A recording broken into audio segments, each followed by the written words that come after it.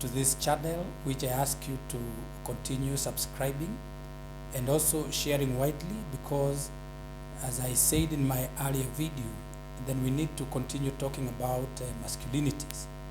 And so therefore today I want to continue with the same, at least look at what really is masculinity for a few minutes. And then after that, now look at how men express their masculinities, especially in Africa, because that's where we are. And I'll finish this talk today by looking at how Jesus himself expressed his masculinity. We need to learn from him. So my viewers, I want to say that masculinities is a concept that really talks about men themselves. And what we need to know is that masculinity has what we call a plurality. We can't talk about one version of masculinity. We can't talk of one model of masculinity, because men express themselves differently because of the various things that we have already mentioned before. Like, for example, the different cultures that we have, and this is brought about by anthropology, sociology, etc., etc. But then we need also to know that this concept of masculinity, not only that it is plural in nature, having many masculinities, but also it is also expressed differently. We need to know that, like in Africa, potency is associated with the masculinity, so that a man who is not potent is looked as if he's not a real man. And this is a problem, because when we say that potency is equal to masculinity, you'd realize that many men would now try to be potent when they have a problem. For instance, we have heard many people talk of the blue pill. Why are men using the blue pill? Because they want to equate masculinity with potency. It's not only men that actually think that potency is equal to masculinity, but also women. For instance, I've heard men complaining when, for example, women or their wives would tell them that if you are a man, dare touch me. When that statement is used, it is like saying, if you are potent, then try to touch me. And so sometimes battles have ensued, some fights have ensued because of that particular statement, that if you are a man, dare touch me. It's because people are equating potency with masculinity. Another thing that is associated with masculinity is what we call malleability, that masculinities are malleable. Malleability here means that masculinity takes the shape of the culture in which it belongs. Also, malleability here means masculinities change. And it's a good point here, because it means men can change. This is what we call, this is where we refer to issues of transformation.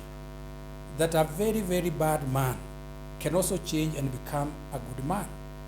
We have realized this because of the religion, that men who were bad before, they have been born again. And when they are born again, you realize they become people that have really changed. They become loving. They become men that are totally changed. And therefore, masculinities, we say that they are malleable. You know, they can change. So having said all that, it's good now to go to the fact that we have masculinities being expressed differently by different men. And my viewers, it's good to let you know that when we talk about men, anything that I'll be saying about men, I'm not talking about all men. If I say something, then I mean some men are doing this and that. It is some. Why am I saying so? Because we have said different men express masculinities differently. So don't hear as if I'm talking about every man. You know, we are not going to use a blanket statement and say all men are like this. The blanket statements like where we have heard that girls, ladies have been actually taught by their mothers, for instance. They have been told that all men are like this and that. I don't know whether my viewer, you have ever heard, women talking about men, and they say all men are animals. I don't want to use the animal that is so much referred to when the men are being talked about by women. But we are not going to say all men are like this and that. It's because men express their masculinities differently. So I want to say here that when men express their masculinities, they express it differently. And let's start by saying that traditionally men were expressing their masculinities in different ways than what we have seen today. So there before, when we talked about a man, that is a male human being, socialized to be a man in the traditional concept. If you talked about man socially, then we are saying this man must be strong, this man must dominate, not only women but also other men.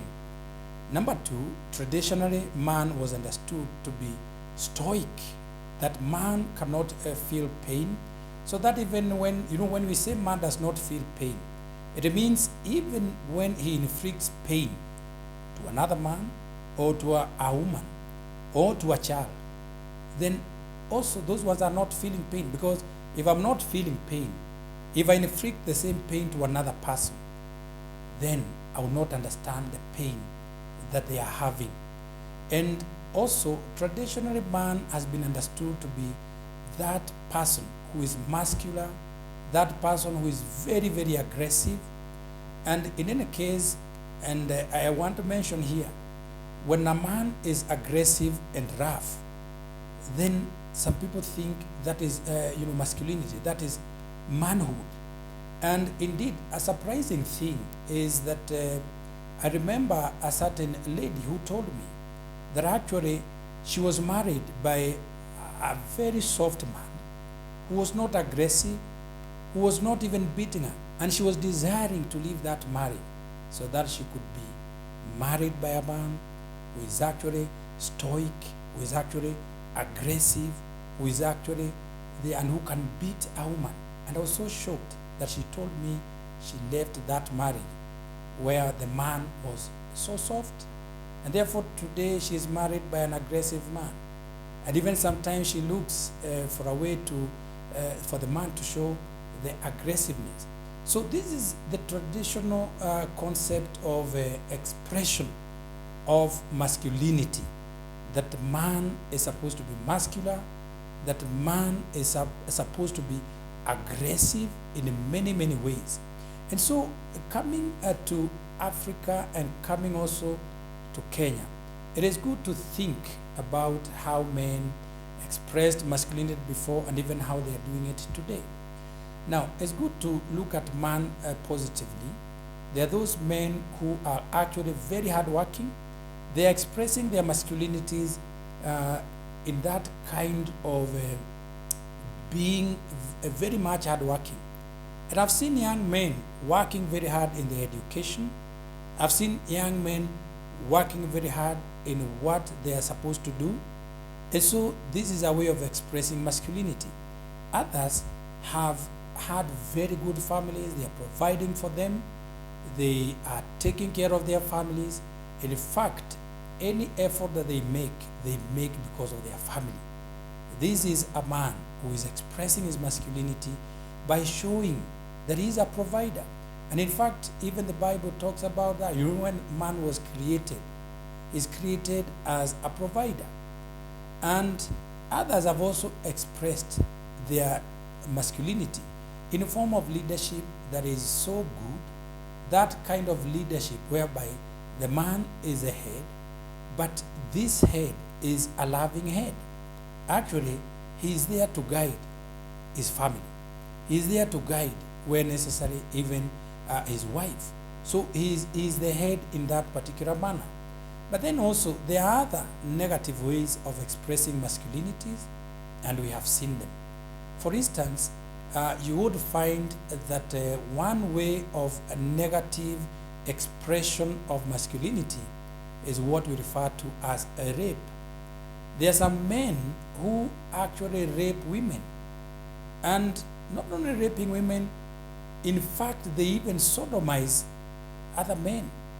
And by so doing, what they are trying to show is their masculinity, which in other words, they are trying to subordinate women. They're actually subordinating even other men. You see, by rape, what men are doing is that they are making women to be dependent on them in terms of security and other issues. So therefore, rape is one way that men are also expressing masculinity, and it is, I don't think it is right. But to your surprise, these rape cases are cutting across any type of man. Policemen do it, they rape. Fathers do it. They rape their daughters even. We have had brothers raping their sisters. We have had, some people, okay, not only police, not only the ones that I've mentioned, but other categories. Even, the well-known politicians, we have heard what they have done. We have heard they rape women. So that's a way of expressing masculinity. I remember one time in an institution whereby some young men had said that they are going to rape Muslim girls. Why were they wanting to rape Muslim girls? Because in another institution, I don't want to mention, it had been said that Muslims had actually killed some students, whereas it was not actually verified.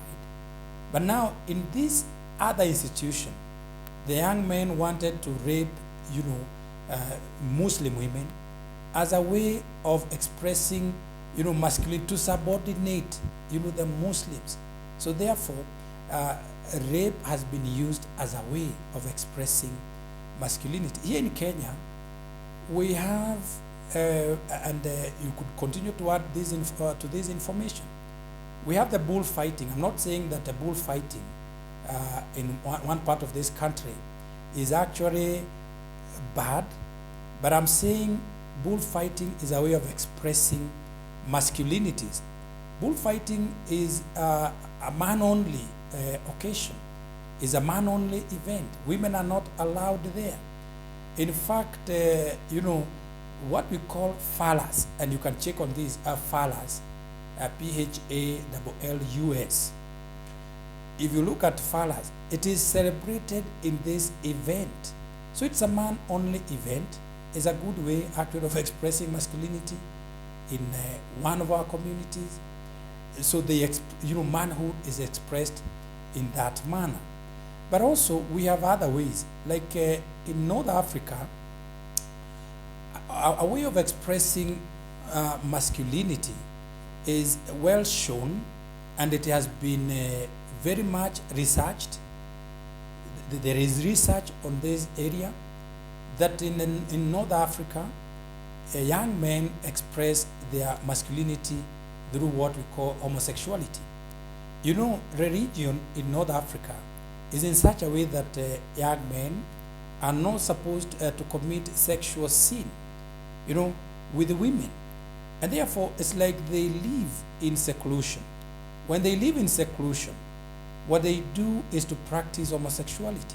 And when they are practicing homosexuality, it is a way of, an outlet. It's an outlet of the sexual power. And therefore, by doing so, by that exclusion, and by committing, the act of homosexuality, it's a way of expressing masculinity. But then let me also come to another way that is being used actually in Africa, and particularly also in the rural areas of Kenya. In the rural areas of Kenya, you would find irresponsibility with men. Men who are not ready to provide for their families. In the rural areas, in some parts of this country, you would find that women are working tirelessly in farming, especially in coffee, in tea, and all things. And then whoever receives the money, particularly what we call the bonus, it is men who receive the bonus. And after receiving that money, what we know and what we have experienced is that these men move to urban centers where they go to use the money that has been earned in a very hard way by women. But all the times, some of these men do not actually work in those farms, but they're the ones who receive the finances, and they go to misuse that money, and when it is over, they come back, and women are still working on those farms. So that kind of irresponsibility is what I'm referring to as a way of expressing masculinity, because they don't want to be asked a question why they have misused the money, why they are not going into the farm, and they have left all that work to women. So you realize that there are many ways of expressing masculinities. And still another way that I've now realized with young boys, with young men, that as a way of expressing masculinity, they have to be rough. They don't want even to take a bath. So that roughness, that way of not taking bath is actually a way of expressing masculinity, because you would find that that roughness is what they're calling, manhood. But I want to say this is not the correct way of expressing manhood. It's the best way is actually to be clean. The best way is actually we say that cleanliness is second to godliness.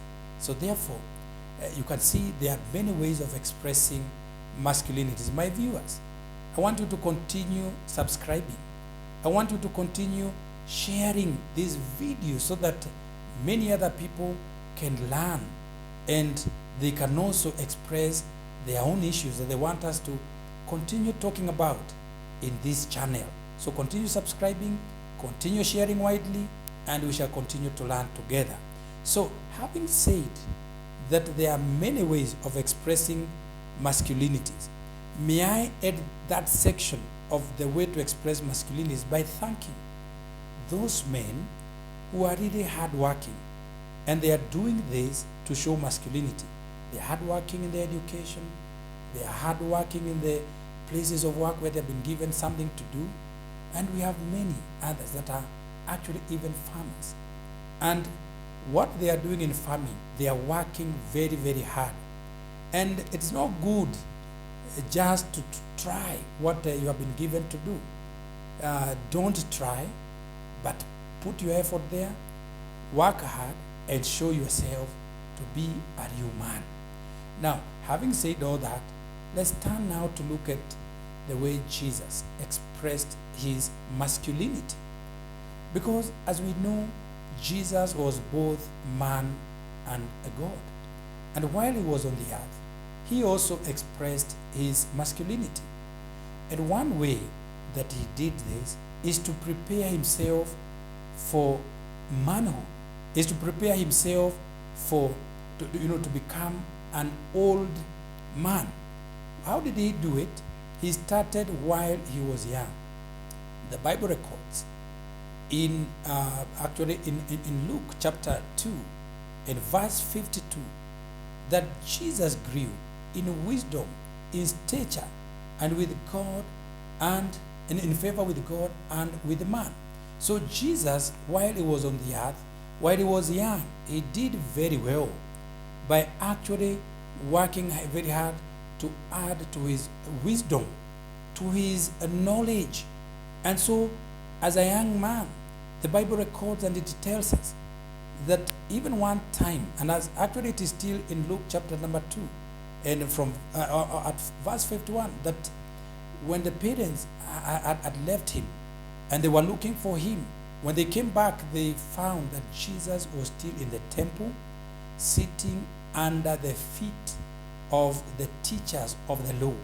What was he doing? He was increasing knowledge by learning So let me continue to urge young people that you need to work hard in whatever God has given you to do when you are young. Actually, life has no rehearsal. Young man, please work hard in your education. Young man, work hard in what God has given you to do, and so that you can be like a God. Like Jesus himself. And number two, Jesus expressed his masculinity by working hard as a carpenter. Yes, he was a carpenter. Many people may be forgetting that. The father of the earth, in this earth, actually that is Joseph. He was a carpenter, and Jesus would join him in the carpentry work, and he was working very hard. So please work hard also in what God has given you to do. So, and finally also, Jesus was loving. He loved everybody. Indeed, he loved and cared for women. He respected his mother and respected other women. So please express your masculinity also by loving people, and also by loving women as a man. Care for them. And that is great. So therefore, thank you so much for watching. Continue to subscribe. Continue to share this widely. And next time as we meet, we shall have another episode continuing to look at masculinities. Thank you very much.